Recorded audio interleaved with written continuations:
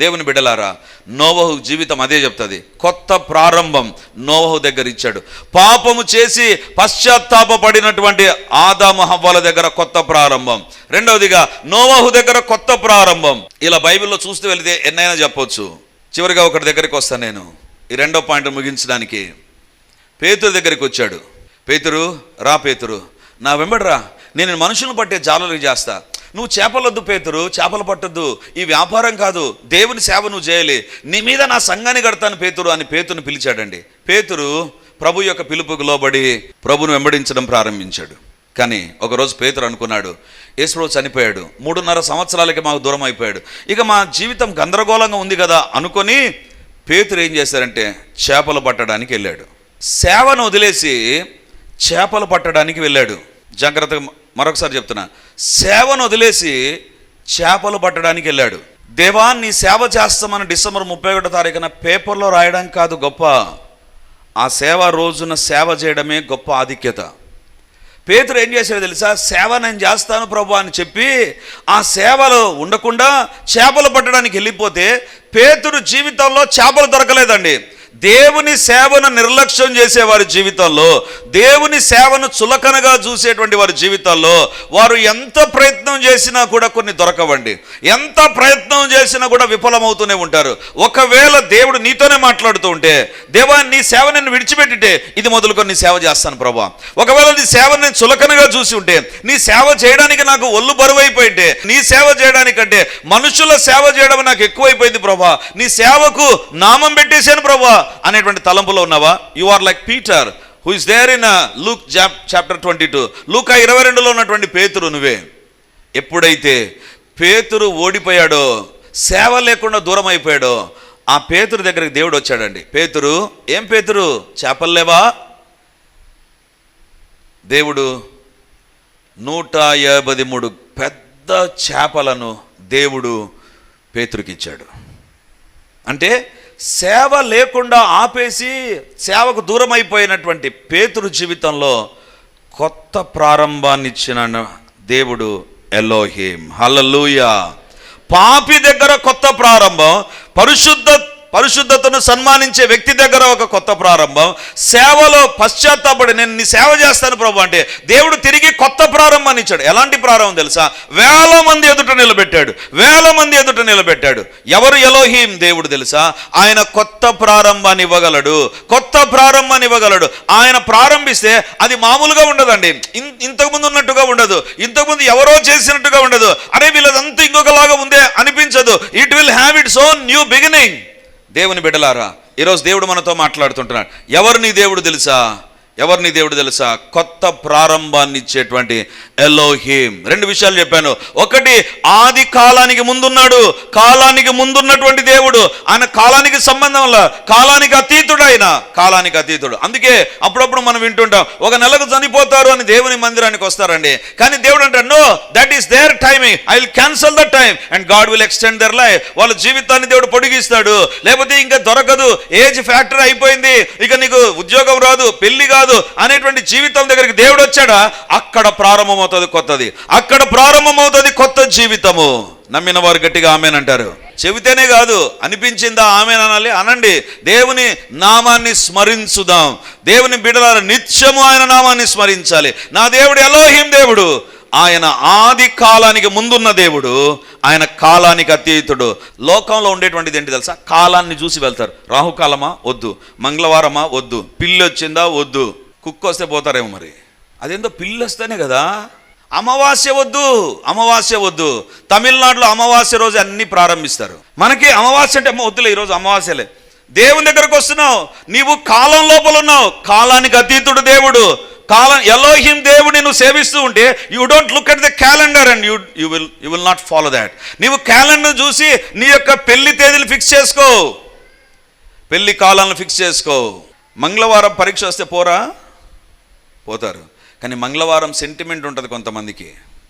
మంగళవారం రోజు ఉద్యోగం లెటర్ వచ్చిందనుకో, ఆఫర్ లెటర్ వచ్చిందనుకో, పోతాం. ఎందుకు? ఉద్యోగం ఆ రోజు పోకపోతే అంతే. ఎందుకో కొన్ని చోట్లే కదా మనము. దేవుని బిడ్డ, నీ జీవితంలో లోకస్తులు వెళ్ళినట్టుగా కాలాలను చూడొద్దు. కాలాలు, సమయాలు దేవుడు తన ఆధీనంలో ఉంచుకొని ఉన్నాడు. వాటిని గురించి వరి కావద్దు, దేవుడు సహాయం చేస్తాడు.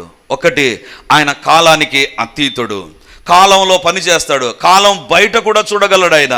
రెండు, ఆయన కొత్త ప్రారంభాన్ని ఇచ్చే దేవుడు. మూడోదిగా తిరిగి ఆదికాండం 1వ అధ్యాయం 2వ వచనంలోనికి వద్దాం. ఆదికాండం 1వ అధ్యాయం 2వ వచనం. భూమి నిరాకారముగాను శూన్యముగాను ఉండెను, చీకటి అగాధ జలము పైన కమ్మియుండెను, దేవుని ఆత్మ జలముల పైన అల్లాడుచుండెను. చాలా విచిత్రమైన మాట కదా. 2వ వచనం, ఆదికాండం 1:2. భూమి నిరాకారముగాను శూన్యముగాను ఉండెను, చీకటి అగాధ జలము పైన కమ్మియుండెను, దేవుని ఆత్మ జలముల పైన అల్లాడుచుండెను. భూమి ఏ రకంగా ఉందంటండి? నిరాకారముగాను. ఆ తర్వాత పదాన్ని ఈరోజు మీ ఎదుట ఉంచుతాను. ఎలోహిం దేవుడు ఎవరు తెలుసా? శూన్యములోనికి వస్తాడంట, అక్కడ పని చేస్తాడంట. శూన్యములోనికి వస్తాడు, అక్కడ పని చేస్తాడు. మనిషి పని చేయడానికి పరికరాలు ఉండాలి, మాట్లాడాలన్నా మైక్ ఉండాలా, ఈ మైక్ తయారు చేయడానికి ఈ వస్తువులన్నీ ఉండాలా, ఈ కేబుల్ ఉండాలా, ఈ కేబుల్ లోపల సాల్డరింగ్ అతికించేదానికి ఒకటి ఉండాలా, గమ్ము పనికిరాదు, ఫెవికాల్ పనికిరాదు, దీనికి వేరే రకంగా అతికియాలా. సో ఇక మైక్ సృష్టించాలంటే ఇవన్నీ ఉంటేనే ఇది ఒక సృష్టి జరుగుతుంది. ఈ యొక్క సూటు ఎవరో రెడీ చేయాలంటే దీనికి అవసరమైనటువంటి మెటీరియల్, దీనికి అవసరమైనటువంటి డిజైనింగ్, దీనికి అవసరమైనటువంటి టాలెంట్ ఉంటేనే సూట్ బయటకు వస్తుంది. ఎవరైనా ఏదైనా చెయ్యాలి అంటే ఏదో ఒకటి ఉండాలి, ఉంటేనే చేస్తారు. ఉద్యోగం వస్తుందా, మంచి మార్కులు, సర్టిఫికెట్స్ అన్నీ నీకు ఉండాలి, అప్పుడే ఉద్యోగం వస్తుంది. జీతం ఎప్పుడు వస్తుంది? పని చేస్తేనే, నువ్వు ఆఫీస్లో మర్యాదగా పని చేస్తేనే. ఇప్పుడు దేవుడు అంట శూన్యంలోనికి వచ్చాడంటండి. ఏముంది? బైబిలే చెప్తుంది శూన్యము అంటే ఏమీ లేని చోట ఏం పని చేయగలము? ఏమి ఉన్న చోట ఏదైనా ఉంటేనే మనం పని చేస్తాం. మధ్యాహ్న భోజనం పథకం దగ్గరికి వెళ్ళామనుకుందాం, వాళ్ళని అడిగితే ఏం చేశారమ్మా? ఇదిగో ఇవన్నీ తెచ్చారు కాబట్టి వంట చేసామంటారు. ఏమి తేలేదనుకో, ఏం చేస్తారు? ఏం చేయరు. శూన్యమైతే ఇంక ఏది లేదు అక్కడ. ఇప్పుడు దేవుడు ఆ శూన్యంలోనికి వెళ్ళాడు. ఎవరు ఎలోహీం దేవుడు తెలుసా? ఎక్కడైతే శూన్యముందో అక్కడికి దేవుడు వెళ్ళి ఆ శూన్యాన్ని సృష్టిగా చేసిన దేవుడు. హల్లెలూయా, హల్లెలూయా. ఏదైనా ఉంటేనే పని చేయాలంటే పరికరాలు ఉండాలి, పని చేయాలంటే మనుషులు ఉండాలి, పని చేయాలంటే సహాయం ఉండాలి, పని చేయాలంటే పరిస్థితులు బాగుండాలి. అన్నీ బాగుంటేనే, అన్నీ ఉంటేనే మనం ఒక పని చేస్తాం. దేవునికి ఏం అవసరం లేదండి.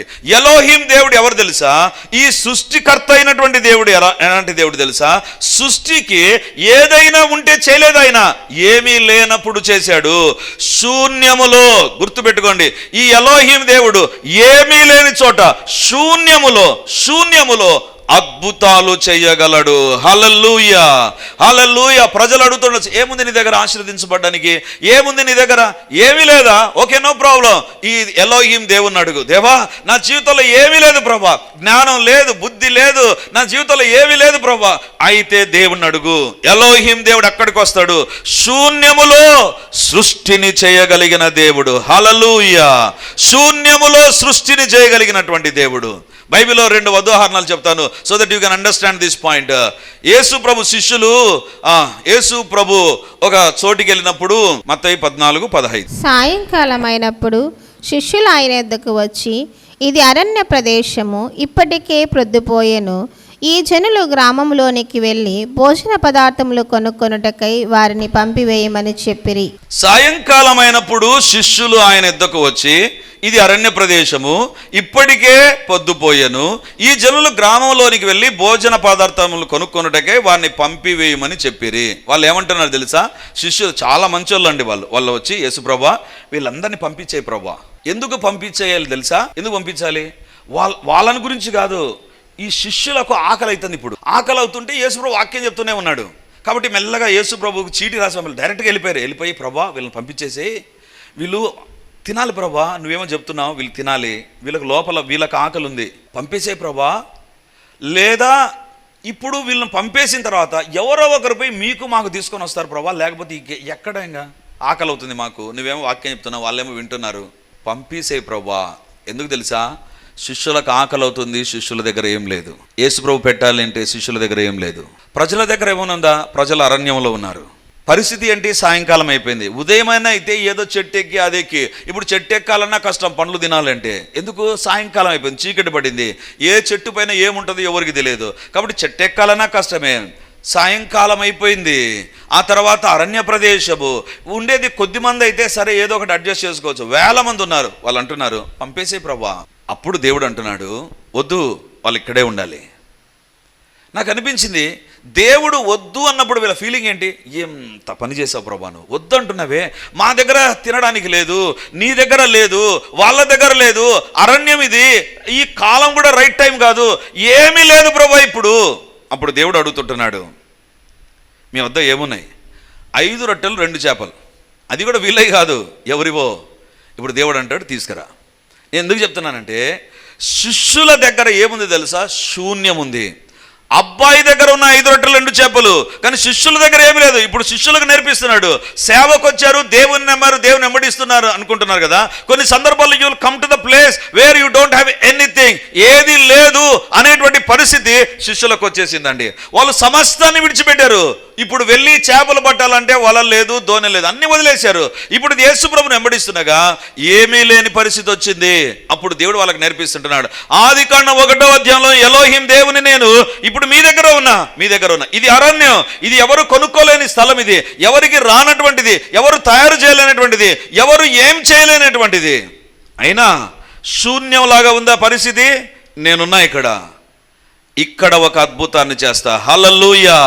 ఆ అరణ్యములో ఏమీ లేని చోట ఆ శిష్యుల చేతికి దేవుడు 12 గంపల రొట్టెలను చేపలను ఇచ్చాడు. ఎవరు నీ దేవుడు తెలుసా? ఎవరు నీ దేవుడు తెలుసా? నీ దగ్గర శూన్యం ఉందా? అలాగైతే యెహోవా నామ స్మరణ చేద్దాం. ప్రభువా, నీవు ఎలోహిం దేవుడవు, ఏమీ లేనటువంటి శూన్యములో సమస్తాన్ని కలుగజేసిన దేవుడు. నా కుటుంబంలో లేదు ప్రభువా, నా బిడ్డలకు లేదు ప్రభువా, నాకు లేదు ప్రభువా, దేవా దయచేయి ప్రభువా. ఆయన తినగా, తృప్తిగా తినగా, తేంచేంత తినగా, ఇంకా చాలు, ఇంకా బాగా తిని కొంతమంది పడకేసారేమో, ఇంకా చాలులే ఈ రాత్రి ఇంకేం చెప్తాలే ప్రభా, బాగా తిన్నామని పడకేసారేమో. అంతగా దీవించిన దేవుడు ఈరోజు నీ దేవుడుగా ఈరోజు మాట్లాడుతున్నాడు. ఆయన ఎలోహిం, ఆయన శూన్యములో నుంచి సమస్తాన్ని తయారు చేయగలిగినటువంటి దేవుడు, శూన్యములో నుంచి సమస్తమును తయారు చేయగలిగినటువంటి దేవుడు. 2015 నవంబర్ 1న పరిచర్య ప్రారంభిస్తున్నప్పుడు చాలా మంది నన్ను ఎంకరేజ్ చేశారు. But I can say there are people who discouraged me also. నన్ను నిరుత్సాహపరిచిన వాళ్ళు ఉన్నారు. నువ్వెందుకు ప్రారంభిస్తుంటున్నావు? నీకు ఎవరున్నారు? ఏముంది నీ దగ్గర? ఏం చేస్తావు నువ్వు? ఏ రకంగా ఉంటావు నువ్వు? ఏ రకంగా ముందుకెళ్తావు? కెన్ యూ స్టాండ్ ఇన్ కడపలో నువ్వు నిలబడగలవా? నీ చేతనవుతుందా? Can you stand against the competition? I don't have any answer with me. నా దగ్గర ఏ జవాబు లేదు. నేను నమ్మింది ఒకటే, యెషయా 54 దేవుడు ఇచ్చాడు వాగ్దానం. I believe that. ఆ వాక్యము చాలు. ఎందుకు తెలుసా? ఈ శూన్యములో దేవుడు కలుగుగాక అని తన మాటను ఉపయోగించాడే, ఆ మాట చాలు. యెషయా 54 దేవుడు నాకు ఇచ్చాడని నమ్మాను, ప్రారంభించాను. దేవుని బిడ్డలారా, I can say this is the first church where we are going to have the electronic AC units. అన్ని చర్చిలో ఒకవేళ ఉండొచ్చేమో, ఐ డోంట్ నో, ఆ చర్చెస్లో ఉన్నాయో లేదో నాకు తెలియదు. Electronic AC units only in Kadapa we are having. చప్పట్లు కొట్టి దేవుని మహిమపరుస్తాం. ఒకప్పుడు నన్ను ప్రజలు ప్రశ్నించినప్పుడు నా దగ్గర జవాబే లేదు, ఏసీలు కాదు, జవాబే లేదు నా దగ్గర. అలాంటిది దేవుని వైపు చూశాను. ప్రభువా, you can create anything from nothing. ఏదైనా శూన్యములో నుంచి చేయగలిగిన దేవుడవు ప్రభువా. దేవుడును యెహెజ్కేలు 37లో ఎముకలు, కేవలం ఎముకలు నిండిన లోయలోనికి తీసుకొని వెళ్ళాడు.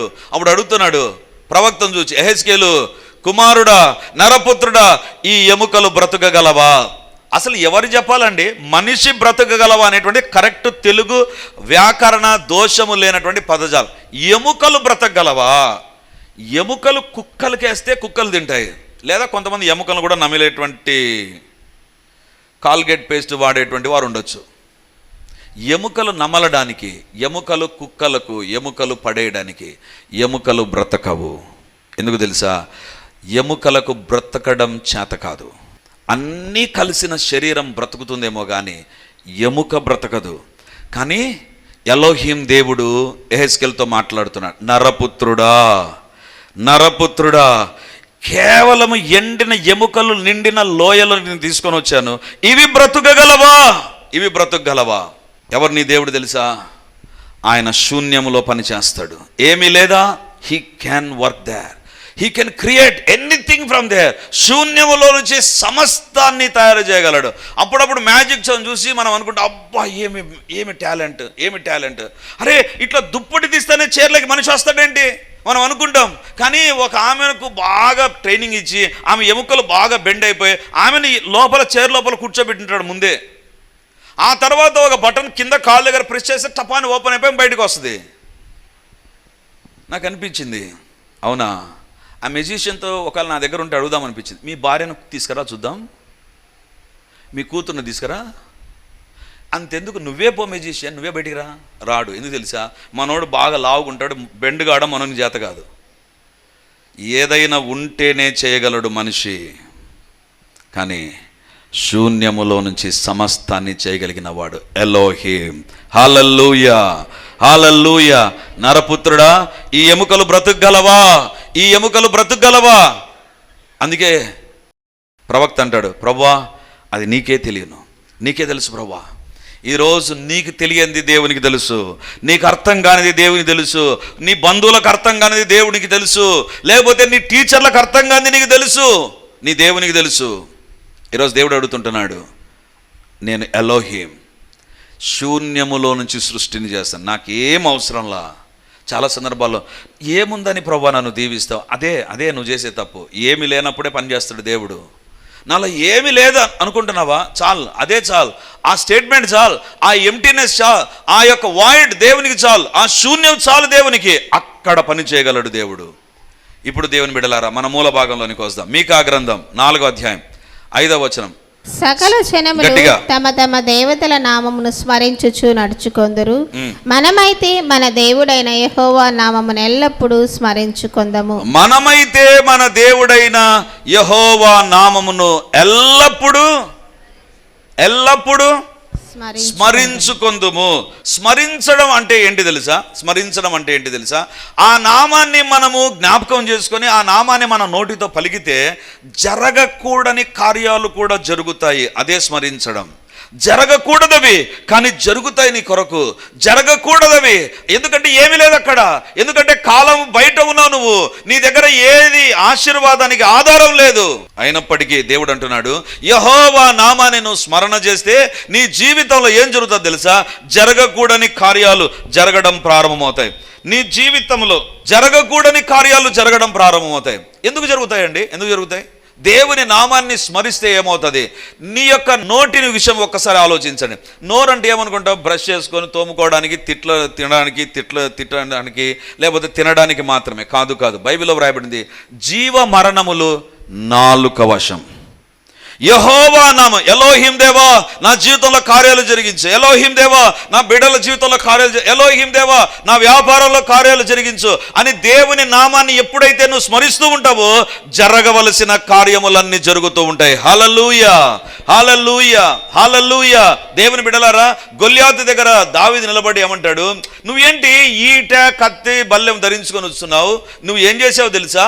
నువ్వు తిరస్కరించిన ఇశ్రాయేలీయులకు సైన్యములకు అధిపతిగా యెహోవా పేరట నేను నీ మీదకి వస్తున్నాను. దావీదు యుద్ధ రంగంలో గొల్యాతు దగ్గర ఏమి జ్ఞాపకం చేసుకున్నాడు తెలుసా? నాకు యుద్ధ కవచం లేదు, నాకు శిరస్త్రాణం లేదు, నా దగ్గర ఈట లేదు, నేను బాలుణ్ణి. ఇది కాదు, యుద్ధ రంగంలో దేవుని నామాన్ని స్మరించాడు. అందుకే గొల్యాతు బోర్ల బొక్కల పడిపోయాడు. ఈరోజు నువ్వు ఏమని చెప్తున్నావు తెలుసా? నా కుటుంబం ఇట్లాంటిది, నాకు బీదరికం ఉంది, నాకు ఆర్థిక ఇబ్బందులు ఉన్నాయి, నాకు కష్టాలు ఉన్నాయి, నాకు అనారోగ్యం ఉంది. You are mentioning the names of the diseases, you are mentioning the names of your problems.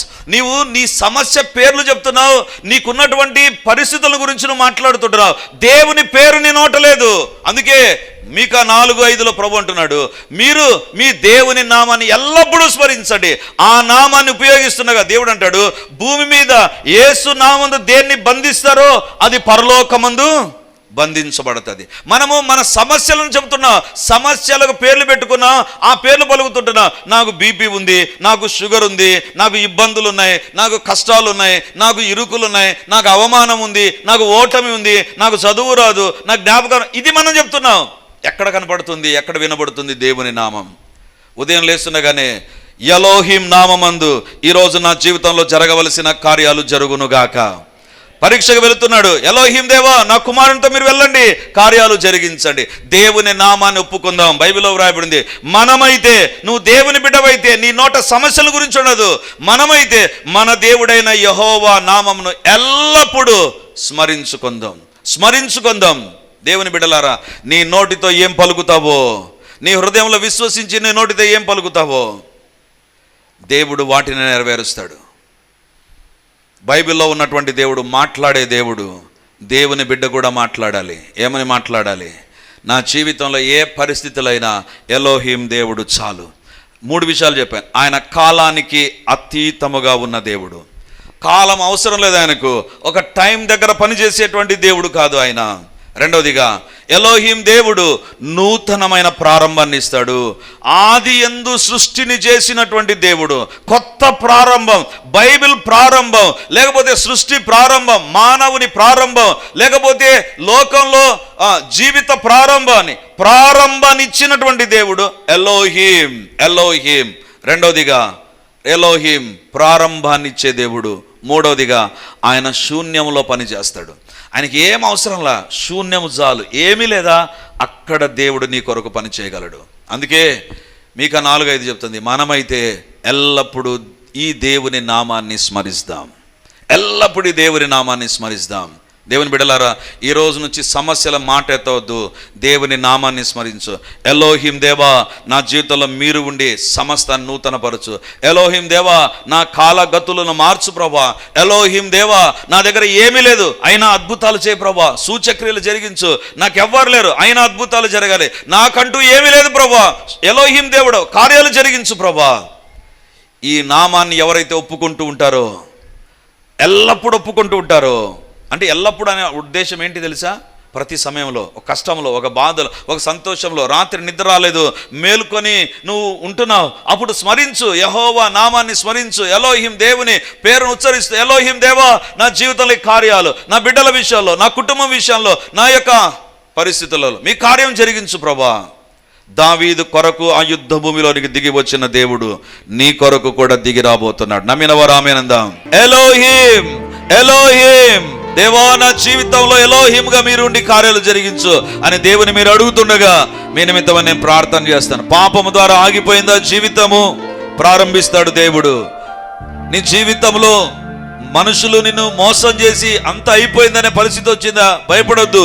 శూన్యములో నుంచి ఆయన ప్రారంభిస్తాడు. ఆయనకు అసాధ్యమైనది ఏది లేదు. ఆయన కాల గమనానికి అతీతుడు. కాలం ఒక రకంగా చెప్తుండొచ్చు, ఇంకా ఈ సంవత్సరం ఇంకెక్కడ, ఇంకెప్పుడు, ఇంకెంత కాలం, ప్రజల మాటలు, మనుషుల మాటలు, రిపోర్ట్స్ ఇవన్నీ ఉండవచ్చు.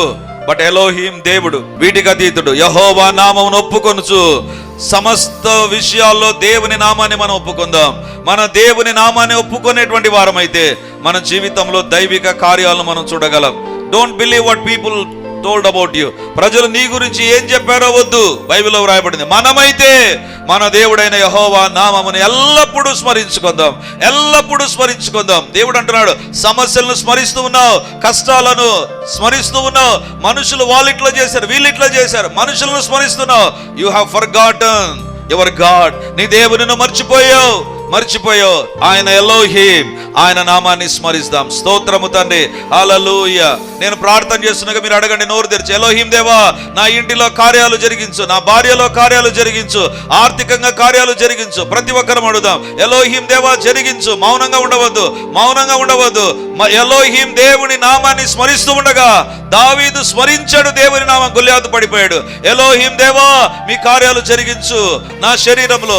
ఎలోహిం దేవా నా భార్యలో, పరిచర్యలో, ఎలోహిం దేవా నా కుటుంబంలో, ఎలోహిం దేవా నా ఉద్యోగంలో కార్యాలు జరిగించు అడుగుతూ ఉండండి. స్మరించండి. యెహోవా నామమును మనం ఎల్లప్పుడూ స్మరిస్తాం, దేవుని కార్యాలు జరుగుతాయి. హల్లెలూయా, హల్లెలూయా, హల్లెలూయా. గొప్ప దేవా మా యొక్క సంఘానికి మీరు నేర్పిస్తున్న పాఠాలను బట్టి వందనాలు చెల్లిస్తున్నాం ప్రభువా. నజరేయుడైన యేసయ్యా నీ నామమందు ఇప్పుడు ప్రార్థన ప్రారంభిస్తుంటున్నాను నాయన. దేవా మా జీవితంలో ఎలాంటి పరిస్థితుల్లోనైనా ఎలోహిం దేవుడుగా మీరు ఉండగలరు, అది మీకు సాధ్యము నాయన. మీ కార్యాలు జరిగించగలరు. కాబట్టి ఇప్పుడు అడుగుతుంటున్నాం, ఎలోహిం దేవా మా ఒక్కొక్కరి ప్రాణాత్మ శరీరములో దైవిక కార్యములు జరుగునుగాక. ప్రతి పాప బంధకాలు తెగిపోవునుగాక. ప్రతి పాప సంబంధమైన కోరికలు ఎలోహిం దేవా తొలగించండి నాయన. తండ్రి పాపము ద్వారా తండ్రి నూతన ప్రారంభం ముగించబడుతుంది నాయన, కానీ ఎలోహిం దేవుని ద్వారా నూతనమైన ప్రారంభం. కాబట్టి అడుగుతున్నా, పాపము ద్వారా భవిష్యత్తును కోల్పోయిన ప్రతి ఒక్కరి జీవితంలో ఎలోహిం దేవా క్షమించండి. వారి జీవితంలో పాపము నుంచి విడుదల, నూతనమైన ప్రారంభం ఉండును గాక. యేసు నామమందు ఎలోహిం దేవుని కార్యాలు ఇప్పటి నుంచే జరుగుతూనే ఉండును గాక. మీ కార్యములను మీరే జరిగించి మహిమను పొందుమని స్తోత్రము తండ్రి. నీ నామాన్ని స్మరించి ఉండగా ఆశీర్వాదాలు మావే, దీవెనలు మావే, ఆరోగ్యం మాదే, ఐశ్వర్యం మాదే, హెచ్చింపు మాదే. మాలో తగ్గింపు కూడా అధికమగును గాక. మేము పరిశుద్ధులముగా ప్రభుకిష్టులుగా జీవించే కృప ఎలోహిం దేవా మీరే మాకు అనుగ్రహించి మహిమను పొందుమని మమ్మల్ని మేము తగ్గించుకుంటూ మీ నామాన్ని హెచ్చిస్తూ యేసు నామమందు ప్రార్థించి అడిగి పొంది ఉంటున్నాము తండ్రి. ఆమేన్, ఆమేన్.